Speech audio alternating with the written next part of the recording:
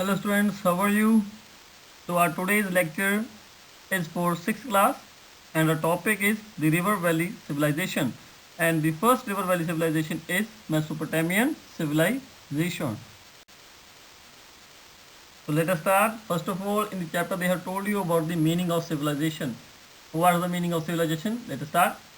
In the last video you have seen that the early man in Neolithic period had developed agriculture and domesticated animals. For example, in the first picture you can see the early human of Neolithic age. He started using polished and blade stones, started agriculture and more domestication of animals, more sedentary life, which means stayed at fixed places. He has left the nomadic life, started staying at fixed places and was able to build cities. Then when man started producing enough food from agriculture, because you have seen in Neolithic age he has developed the agriculture, he has produced now enough food, surplus food is there, he began thinking of new things like settled society, better food, better clothes. Is it clear? Then he started taking part in leisure activities. Now what are leisure activities? When you are free, when you are having the time, you are not working and you can relax and do the things you enjoy. Thus, we can say that when man looks for more than just fulfillment of his basic needs, that is food, clothing and housing, that stage is known as the stage of civilization. So we can say a society which has witnessed advancement in terms of its social life, economic life, political life, its culture and organization of the society would be referred to as civilization. For example, the unique drainage system of Indus Valley civilization reveals the town planning skills of the people. So in the first picture you can see the early human of Neolithic age has started agriculture, has domesticated animals, has built houses for it, start living in a society. And in second you can see when he has discovered fire. With the help of fire he is making different weapons, he is making different tools, so many craft and art he has discovered. So this stage of progress is known as civilization. So now what are the features of a civilization? First of all, presence of towns and cities. In a civilized society, the development, first of all, our society is a rural society. Then there will be development. From the rural, our society will become urban society. That towns and cities will be there. Then thriving agriculture. With the help of agriculture, there should be surplus food. If you are not having surplus food, then our civilization will end, will finish. Then trade flourishes. That the people start trading. First of all, when a civilization begins, the basic civilization, the basic feature of a civilization is there is agriculture. But when our civilization will start developing, there will be trade. Trade with other civilizations, with other countries. For example, the people are dexterous in different kinds of trade. For example, cottons are there, spices are over there, precious metals are over there. Is it clear? Like diamonds, rubies, emerald, and that all, and even gold and silver is over there.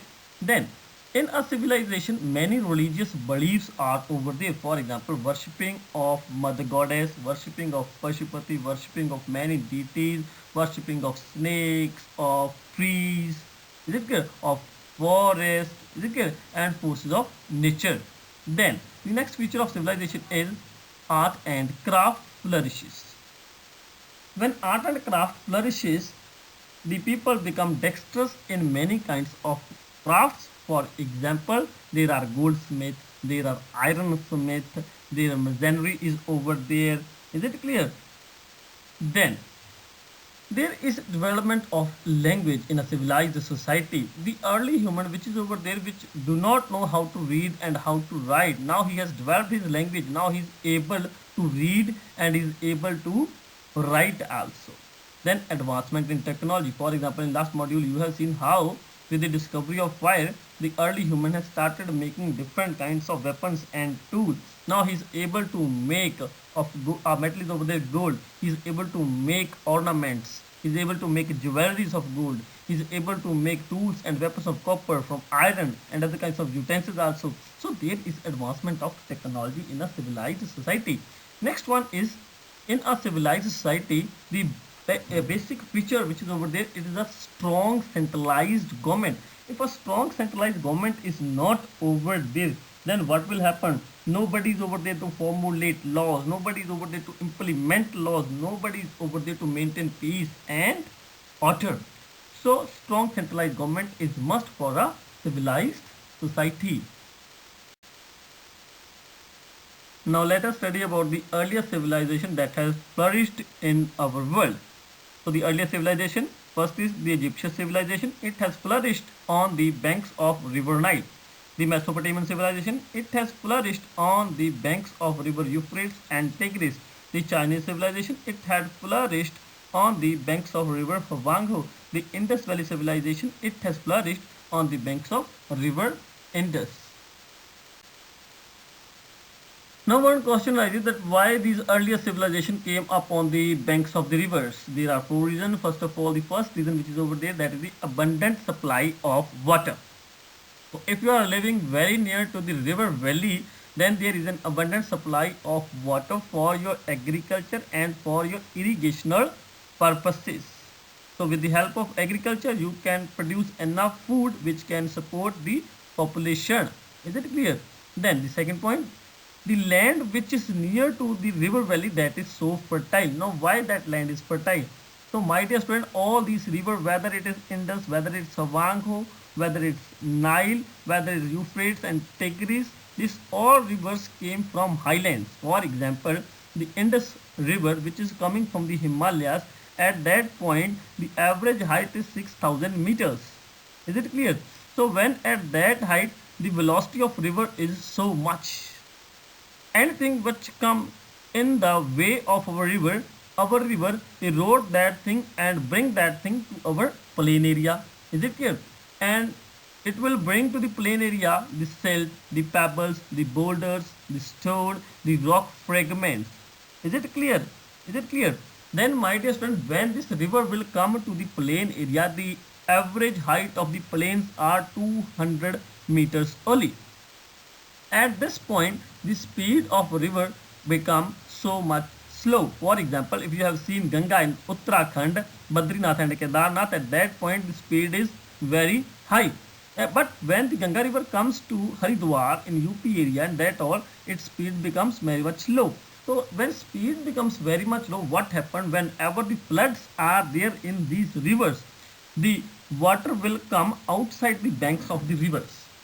When the water will come outside in the banks of the river, then what happened? In this water, there is silt, there is clay, there are pebbles, boulders, rock fragments which it had brought from the highlands. Is it clear? After some time, when the volume of water will become less, the water of river will recede back to the main river channel. But in that time period, when floods were over there, in that time period, it has deposited all that things which it had brought from the mountains. Is it clear? And that soil of mountains is very much fertile. Is it clear? Now the next point, that is the means of transport and communication. So our rivers are providing us means of transport with the help of boats, with the help of ships.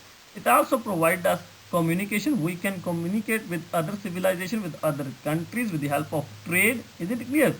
Then the last point which is over there, the climate which is present on the river banks, on the river valleys, it's warm and pleasant. The climate is not affected by the extremity of our weather. Is it clear?